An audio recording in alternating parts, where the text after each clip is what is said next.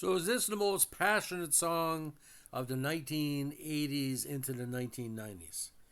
Well, to me, every time I hear it, there's a Cyndi Lauper version, Celine Dion, and of course a great Roy Orbison. I Drove All Night is sort of an iconic song for people who were in their 20s in the 80s and maybe in their 20s and their 90s because basically, no matter the gender of the singer or the gender of the listener, it's a very, very romantic song because it basically talks about a person who literally drive all night to get to the one that he loved to make love to them, and that's dedication. Now, I Drove All Night is a song written and composed by American songwriters Billy Steinberg and Tom Kelly, and originally intended for Roy Orbison. Now, Orbison did record the song in '87, the year before he passed, but his version was not released until '92. Cyndi Lauper recorded the song and released it as a single for a Night to Remember album. Her version became a top 10 hit on both sides of the Atlantic in '89. It was also a final top 40 hit on the pop charts. Lauper still regularly performs the song in her live concerts, and of course this month at Glastonbury. The song has also been covered by Canadian singer Celine Dion, whose version entered the Canadian singles chart at number 1 and reached number 7 at the U.S. Adult Contemporary chart. And of course there was a car ad in relation to the performance. Now, the Cyndi Lauper version was recorded for her third solo album. She said she wanted to do it because she liked the idea of a woman driving, of a woman in control. The song was a top 10 pop hit in the States and was her 8th and last U.S. top 10 single, peaking at number 6, and also a hit in other countries. It also received a Grammy nomination for Best Female Rock Vocal Performance. The music video for I Drove All Night, directed by Lauper and Scott Calvert, features the opening lines from the song Kindred Spirit, shots of an antique car, Lauper's characteristically manic driving, and movie film projected onto Lauper's naked body. Now, the Roy Orbison version, it has like a ELO feel because of obviously Jeff Lynne, who was a good pal of Roy Orbison's and the Traveling Wilburys, sampled it for the '87 recordings for the '92 posthumous album King of Hearts, on which I Drove All Night was one of the tracks. However, Orbison's version of the song first appeared in the 1991 Super Mario World theme compilation album, Nintendo White Knuckle Scoring. Released as a single in June '92, the song was a significant hit in the UK.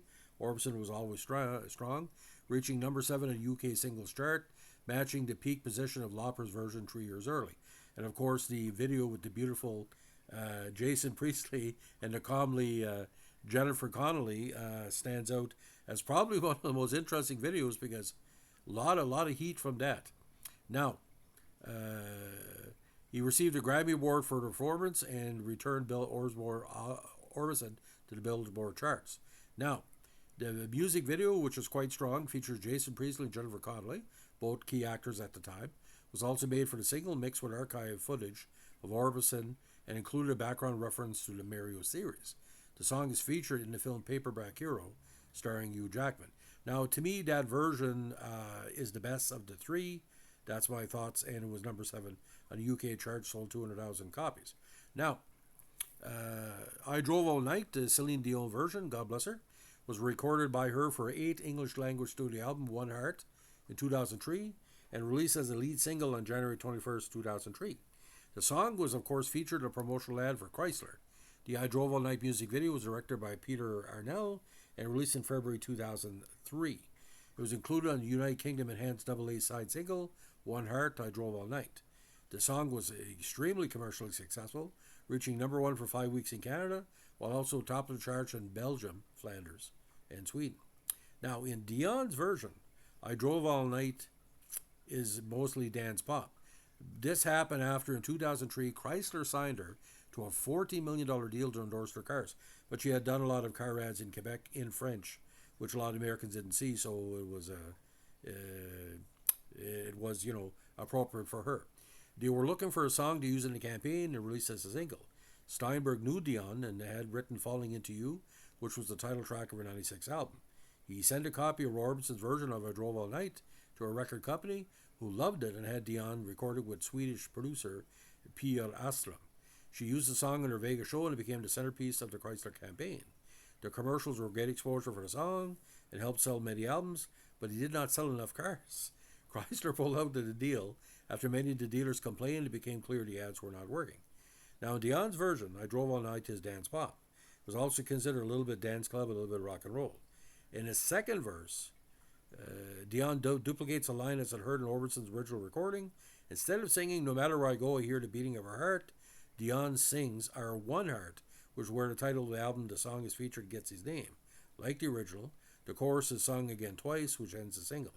Now, Dion's version, mostly a fast tempo, and a single Australia, Canada, Europe, France, UK, and numerous remixes. Now, on the international year-end charts, it was number one in Belgium on the Ultra Pop 50 in Flanders. Canada, number one on Nielsen. Czech Republic, number one on Radio Top 40. Denmark, top two. Greece, number seven. Hungary, number seven. Netherlands, number two, top 40. And the top 100, 24th. New Zealand, 23rd. Norway, 11th. Poland, 3. Portugal, 9. Quebec, of course, number one. Romania, number 2. Sweden, number 1. UK finished at 27 to Billboard UK charts, 44 on Billboard, 7 adult contemporary, and number 2 in US dance clubs. Now, year-end charts: Belgium and Flanders 27th, Belgium, Wallonia 92, Romania top 6, Sweden 38, adult contemporary 24th, and US adult top 40 82nd. Now, it was certified gold in Australia and Belgium. Now, it was released over a 3-month series through Epic in Colombia, United States January 21st, Denmark February 24th, Australia March 3rd. So it was getting a lot of play. So no matter what version you have, the lyrics really stand out. And for clarification, if you've never heard this song, okay, it was sort of I don't know what you would call. It's almost the romantic reverse. Now, the lyrics are just tremendous. I'm just going to read them to you, okay? I had to escape. The city was sticky and cruel. Maybe I should have called you first, but I was dying to get to you. That's romantic. I was dreaming while I drove the long straight road ahead. Yeah. Could taste your sweet kisses, your arms open wide. This fever for you was just burning me up inside. Can you imagine Elvis singing this? I drove all night to get to you. Is that all right? I drove all night, crept in your room, woke you from your sleep to make love to you. Is that all right? I drove all night. What in this world keeps us from falling apart? No matter where I go, I hear the beating of our one heart. I think about you when the night is cold and dark. No one can move me the way that you do. Nothing erases this feeling between me and you. And it just goes from there. D is the repeat. Now, the lyrics here, I mean, it's not a stalker. I drove all night to get you. Is that all right? I drove all night, crept in your room, woke you from your sleep to make love to you. Is that all right? I drove all night. So, you know when this person in question shows up, could be man, straight, gay, women, man, whatever. You know there's going to be a romance occurring. I've had a passion for certain women in my life, and I would have drove all night to lick their feet because they were that beautiful inside and out.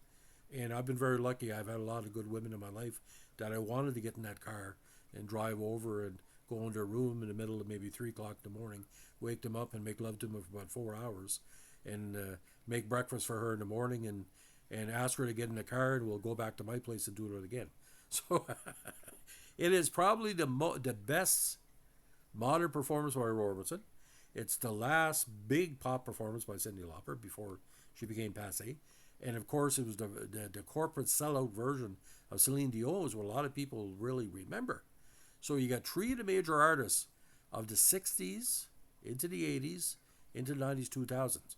Cyndi Lauper, gay icon, female icon. Roy Orbison, the connection to rockabilly and Elvis and all that. And Celine Dion, probably, with no doubt, the best artist in Quebec history. Probably the best francophone artist ever, in my opinion, because of sales and quality. So leave it as you will. I would have loved to see Celine Dion and Cyndi Lauper do this in a duet. Maybe it's been done before. Maybe the listeners can back me up, but I'd like to know. But I saw Cyndi Lauper do it in Glastonbury, and her voice, she's almost, she's what, 70, 72? She's got to be up there because their original band was 1980. She was 30. But Celine Dion, it's more heterosexual. Roy Orbison is more rockabilly, but Cyndi Lauper is more it's a gay anthem. It is a gay anthem, really, because no offense, most of the gay people I knew in high school and college had cars. Most of the heterosexuals didn't have cars.